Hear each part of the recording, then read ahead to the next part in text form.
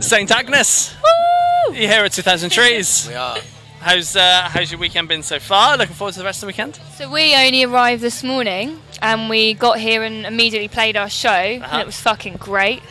So yeah, I'm having a great time. I've got a beer, sun shining. Yeah, I mean, like any festival we turn up to where it's not absolutely pouring with rain, and then when we play a stage and we get a reception like that, I am very happy. Oh, It was great. 2 p.m. You know, you're kind of expecting some crossed arms and some like. Who are these people? Yeah, I'm not usually out of bed. Do you know what I mean? At 2 p.m. So I was amazed. The energy they had, like in this like heat as well. They looked very sunburned, but they were full of energy. So that was like great. We saw one young lady crowd surf 4 times in one song. So I think that commitment. Very cool. Whoever that was, hero, salute you. Good. Now the pandemic hit a couple of years ago, got in the way of life and music, of course. How much of an impact did it have on you guys and what you had planned? Do you know what? I think in terms of the band, I think we actually handled the whole pandemic really well. We released 2 EPs, didn't we? Yeah. We did a cover EP as well. So 3 EPs. So we were very creative. Yeah. But mentally, I personally found the entire thing very difficult. The main thing was I didn't realise how much I rely on gigs and live performances to keep my brain happy. Yeah. I kind of, suspected that, but when all of it suddenly stopped and it was like, we don't know when it's coming back, I very much struggled with that. So there's a lot of sad and angsty music has kind of come out of it, which is a positive, but it has been tough, definitely. The whole thing was great in terms of to spend some time together musically, just Kitty and I, really to kind of dig in and go, okay, so the next things are going to, what are we going to do, like what's our influences, how do you feel? To have that time was like the positive part of it. Not having the live side of it, as Kitty said, like that is our psychotherapy, really. That's why we're in a band, is to try and expel some demons, and that's why we make the music that we make, and it's why we really hope that the people who enjoy our music, they are people that are like the outsiders of the outsiders. You know, if you go to a festival like this, everyone here kind of like isn't mainstream, but I kind of feel like it reminds me of being at school, and like it's like we're the kind of weird crew, but we're like the weird crew of the weird crew. And we hope that we're able to make music that would give those people a home. And during the pandemic, we really focused on just getting to the truth of what those lyrics were going to be, and we've uncovered some like horrible, nasty things for ourselves, which is quite hard to do. But we're now in the process, like deeply into writing and recording an album, which I feel like is the best things we've done and really reflects that. And we wouldn't have been able to do it without the pandemic. And I don't mean that as a kind of salute. Like this is my Oscar speech. I salute the pandemic. I think what's really important is always to try and turn these things into something positive. I've definitely learned that in my life, that you can, no matter what kind of terrible thing happens to you, you can find something of joy in it somewhere, and I think that's what we really have tried to do. And it definitely is just so great that everything's kind of, well, it's not back to normal, but we're here, aren't we? Like a refusal to be crushed. Like we refused to be crushed. And when we played the Donington, the Download pilot as the first show coming out of the pandemic, it felt like the most joyous, like rapture. It was incredible. And we still feel like we're riding that wave right now, and today was part of that. Good, and you've been busy since then as well, with a couple of tours under your belt now since the pandemic, and festivals as well. What was it like being back on stage for the first time after having so long off? I mean, absolutely incredible. That tour we did, the Vampire tour, was just filled with joy, really. And I feel quite differently about performing now. I'd say before the pandemic, I would kind of be on stage and feel quite a lot of like anger and quite a lot of defiance and quite a lot of I I guess I was more nervous, but coming out of the pandemic, I just feel like a completely different person. I come on stage and I'm filled with joy, and that kind of angst and fire is still there, but I feel a lot closer to the audience, I guess. It's a sharing experience with the audience rather It used to be like a fight. I used to see it as like I'm coming out all guns blazing. This is like the audience, didn't we? When we first, like, that was how we viewed it. no, John. No, but we viewed it as like a hostile atmosphere. We were playing to people that didn't know us. And then to play a tour where people knew the songs and we're coming out of thing and people just happy that live music was back. Yeah. We're like, you know what, let's not be as hard on ourselves. Let's just accept the fact that these people are here to see us and they do know the words. Let's like turn that hate a bit more into like something that feels like positive. And it was a quite cathartic experience. And as I said, we've just ridden that wave since and done a couple of tours and a few festival bits and pieces. It's been great. A couple more to come as well. Yeah. Like, I mean, we were going to be on tour this like the whole month in Europe with a band called Monster Magnet. Yeah. But Dave, the singer, injured himself, so everything got postponed. So we're not quite as busy right now as we would have been because that tour was right now, and we're at 2,000 Trees. Luckily, we're like, oh, if you guys are free, can you come play the main stage? We're like, yeah, definitely. That tour's still to come. Are you still on it? Yes, Yeah. next year, yeah. But it's actually really useful because we're writing our second album at the moment. And it's meant that it's just freed us up to like spend an extra month on writing the album, which for us is everything we've released has always been quite time pressured and we've been quite rushed and pushed to do it.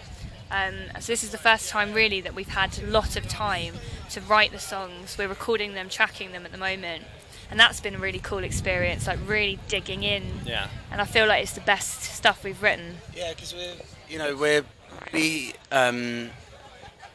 really influenced by bands like Nine Inch Nails, who are like very emotionally present, like, and bands, looking back at bands like Korn and stuff, Korn's early stuff, like it's so emotionally kind of visceral, and we were just really identified with that. And like Kitty, like, has had a just horrendous year, like on a personal level, without going into detail, and to try and do something with that's positive was really important to us. Yeah.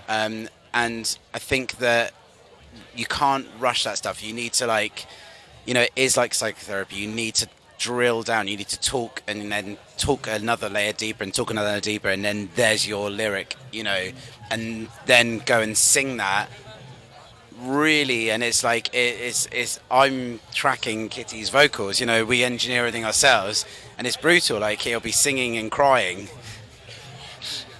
and I'm like I'm emotionally like volatile at the best times, and just kind of like there in the room, and it's very real. Yeah. And we have to take a break for a day, like afterwards, because like we can't. It feels kind of ridiculous to now go and play a guitar solo when that's just happened, and we really want to make some art that means something to us and hopefully means something to other people. Yeah. That's really important to us. Yeah, there's so many with like previous releases or things like the industry tells you, like, oh, you need to achieve this and you need to do that. Like, for me with this record, all I care about is that I love and am proud of every single part of it. And that's kind of why we've decided to record it ourselves, because we are control freaks and we want to like be in charge of absolutely everything that's on the record. So we're like we've got a studio like at home where we live, and we are just like buried in it at the moment. It's quite strange to be like to be outside again. What is this weird blue stuff about? And And how's it sounding kind of sonically and everything? Because obviously with a few EPs out there and the debut record out there, how's it sounding in comparison to those? Have you kind of taken it in another direction, or have you built off it? Or I'd say so. Our debut record, we sound like a different band. It's like a blues punk record, and I absolutely love it. Like, it's very cool. I love Welcome to Silvertown. That's what we were in 2017. It's a long time ago. And then like the two EPs since have just been like developing our sound, changing our sound a lot, I think. Yeah. And the album is just even more in Built that. off those Yeah, two built off EPs. the two EPs. Yeah. And we're really fortunate to be working on a couple of songs with a producer who we can't name right now, who is like beyond a hero. You know, it's like the fact we're working with him. Like I lost my mind in our Zoom call about the songs we're working on. I just couldn't hold it together. It was quite embarrassing, to be honest. I said, like, you know, we do everything ourselves, and this record, that's really important to us. And there basically was one person that we were like, well, in like a dream scenario, like, you know, he's the one person. Make a list. One person. We were like, you know, we don't want anyone working on this record, but if we had to, like, you know, if we could get this person, and yeah, we're working with him or her or them. Can't say right now, but it couldn't be more exciting. Yeah, it's very cool. Good, that's great to hear. So 2023, what was going to be on the cards? We are going to play so many shows. The plan is to just never be at home. It's just to be on the road the whole time. That's all we want to do. Again, we've signed a record deal that we can't really talk the specifics about, but it really enables us to do a lot more of what we're about. And they really believe in just like Saint Agnes as an entity, and like not trying to ourselves, which is, you know, it's dangerous words really. And so next year it will be the year that we kind of throw ourselves out into the public as truly ourselves and with no compromise whatsoever, and hopefully people will come along for the ride. If they don't, it is what you know. We're just doing what we do. This is as Keith said, we're making art for ourselves. And we love the fact that we make a connection with people. But if we try and second guess what people like, that's not art anymore, that's business. And we're not interested in business. Woo! That was great. I'm buzzing about this American football being thrown around. You want to get involved, don't you? I know, I'm looking at going back and forth as well. I'm like, I can do better than that. Are you an American football fan? Yeah. Oh my God. Let's talk about American football. Who's your team? Packers. Sorry? Green Bay Packers. Green Bay Packers. Yeah, nice. How'd you... I mean, I don't know why, but it just kind of... I think they were just the first team I saw on TV, and I was like, yeah, I'll go for them. Cheesehead. I'll literally watch any game that's on me too. TV, and I'll... Cheesehead. No, I don't know that much. No. But I watched quite a few games. I've been into it for years, but same as you, just enjoying it for what it is. But like the last few years, really got into the Browns as the massive underdogs, just because they felt like the most British team that you could possibly have. Yeah. But yeah, the Browns. But there's some controversial stuff about their new quarterback, which I'm not liking what I hear. So I might be renouncing my Browns fandom. Yeah. So it's open to. Who wants to pay me to be a fan? Yeah. So Saint Agnes can can support a band. Well, you should be on the halftime show for the Super Bowl next year. Imagine that. You know. That's what it's like being in a band when you talk to normal people. They're like, you know what you should do? You should do the halftime show. Yeah. It's like, yeah, we definitely should do that. You guys should be on top of the pops. It's like, that would have been a great idea before. It's gone. But it would have been really cool, and apparently it's so easy to get on. You guys should just get in the charts. That's what you should do. Radio 1. Have you sent Radio 1 something? You should play yourselves on Radio 1 with a nice letter. Or something. Yeah, send a nice letter. Send a cassette tape in. Yeah, a cassette tape, definitely. That's what they want. It's exactly what they want. Radio 1 love cassettes. Cool. So here are the wrapping up this interview. Here on New Cassette in 2023 on Radio 1. And watch our performance at the Super Bowl halftime show. We are Saint Agnes. Fuck yeah. Yeah. Thanks, guys. Thank you. Cheers. Thank you.